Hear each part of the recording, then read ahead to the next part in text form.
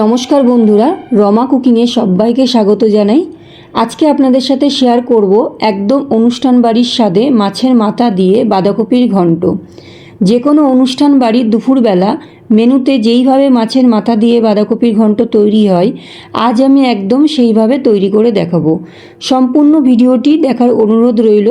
নতুন বন্ধুদেরকে স্বাগত জানিয়ে আর পুরনো বন্ধুদেরকে পাশে থাকার জন্য অসংখ্য ধন্যবাদ জানিয়ে শুরু করছি আমার আজকের রেসিপি।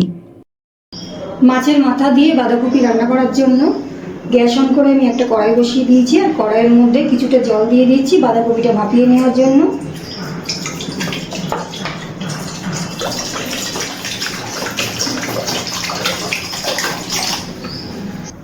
এখানে আমি একটা বড় সাইজের বাঁধাকপির অর্ধেকটা কুচি করে কেটে নিয়েছি।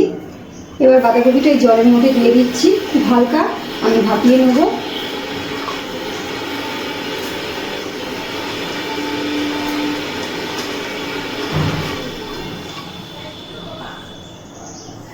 গ্যাসের ফ্লেমটা হাইতে রেখে একটা ঢাকনা দিয়ে ঢেকে দিচ্ছি।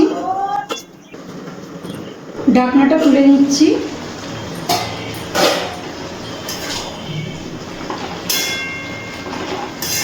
গ্যাসের ফ্লেমটা অফ করে দিচ্ছি।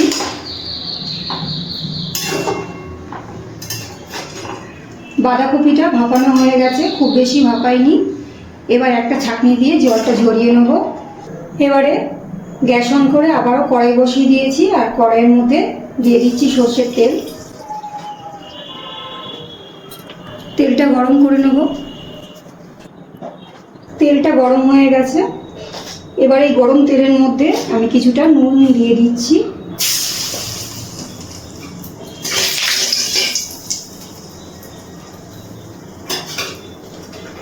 এই তেলের মধ্যে আমি রুই মাছের মাথাগুলো ভেজে নেব, আর মাথাগুলো যাতে কড়াইয়ে লেগে না যায় ওই জন্য আমি গরম তেলের মধ্যে নুন দিয়ে দিয়েছি।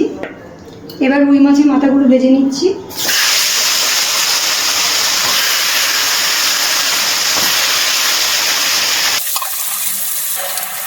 মাছের মাথাগুলো এক পাশ ভাজা হয়ে গেছে। এবার অন্য পিঠ উল্টে দিচ্ছি।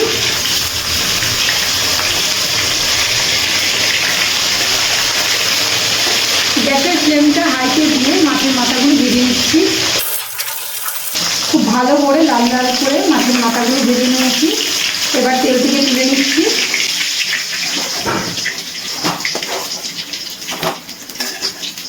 এই তেলের মধ্যে এবার আলু ভেজে নেব।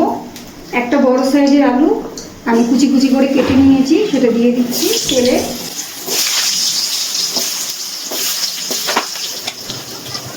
অল্প একটু নুন দিয়ে দিচ্ছি, আর দিয়ে দিচ্ছি হলুদ।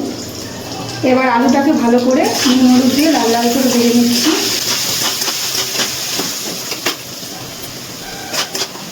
খুব ভালো করে লাল লাল করে আলুগুলো ভেজে নিয়েছি। এবার আলুগুলো তেল থেকে তুলে নেব।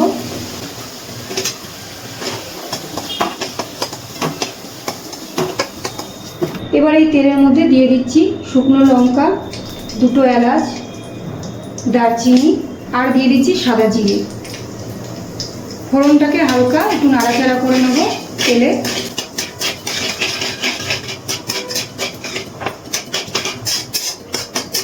ফোড়ন থেকে সুন্দর গন্ধ আসতে শুরু হয়েছে। এই সময় দিয়ে দিচ্ছি দুটো মাঝারি সাইজের কেটে রাখা পেঁয়াজ।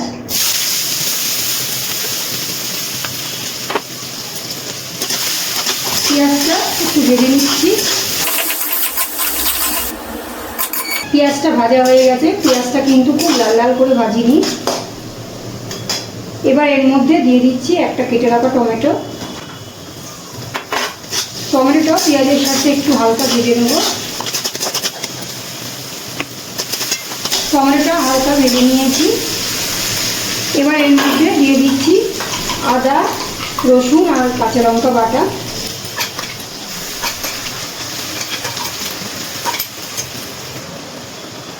মশলার বাটিটা ধুয়ে একটু জল দিয়ে দিচ্ছি।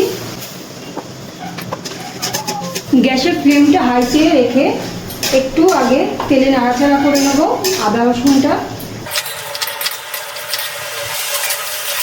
আদা রসুন বাটা দিয়ে একটু নাড়াচাড়া করে নিয়েছি। এবার আমি এর মধ্যে এক এক করে গুঁড়ো মশলাগুলো দিয়ে দেবো। দিয়ে দিচ্ছি জিরে গুঁড়ো, ধনে গুঁড়ো, হলুদ, কাশ্মীরি লঙ্কার গুঁড়ো, আর দিয়ে দিচ্ছি স্বাদ মতো লবণ। এবারে সব কিছুকে ভালো করে মিশিয়ে আমি মশলাটা কষিয়ে নেব।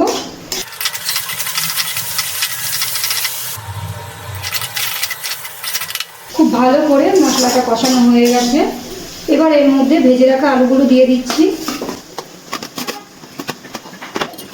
মশলার সাথে আলুগুলো একটুখানি মিশিয়ে নিচ্ছি। মশলার সাথে আলুগুলো ভালো করে একটু মিশিয়ে নিয়েছি। এবার এর মধ্যে ভাপিয়ে রাখা বাঁধাকপিগুলো দিয়ে দিচ্ছি।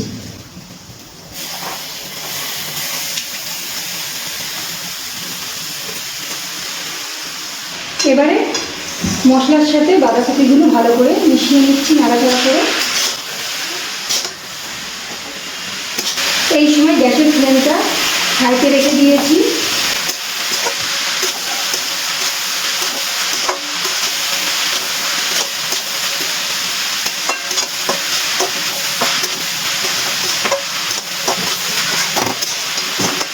সব কিছু ভালো করে মিশিয়ে নিয়েছি।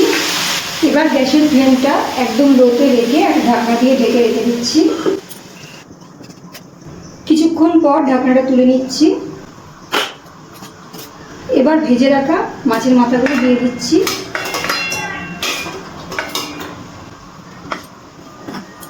বাঁধাকপির সাথে মাছের মাথাগুলো ভালো করে একটু ভেঙে ভেঙে মিশিয়ে নিচ্ছি।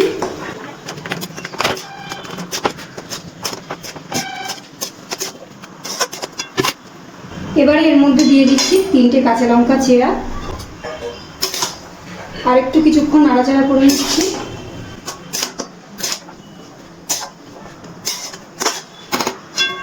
এবারে আবারও গ্যাসের ফ্লেমটা একদম লোতে রেখে আবারও ঢাকনা দিয়ে ঢেকে দিচ্ছি। ঢাকনাটা তুলে নিচ্ছি। এবার ভালো করে একটু নাড়াচাড়া করে নিচ্ছি।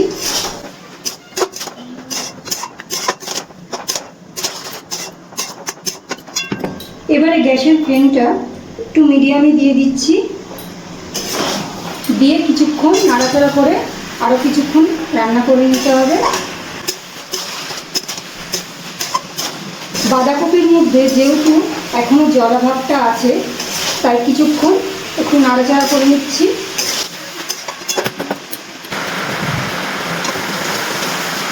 গ্যাসের ফ্লেমটা লোতে দিয়ে আমি কিছুক্ষণ নাড়াচাড়া করে রান্না করে নিয়েছি। বাঁধাকপিটা অনেকটাই পরিমাণে কমে এসছে আর মাখো মাখো হয়ে এসছে। সব কিছু খুব সুন্দরভাবে সিদ্ধ হয়ে গেছে। এবার আমি এর মধ্যে দিয়ে দিচ্ছি গরম মশলার গুঁড়ো আর দিচ্ছি ঘি।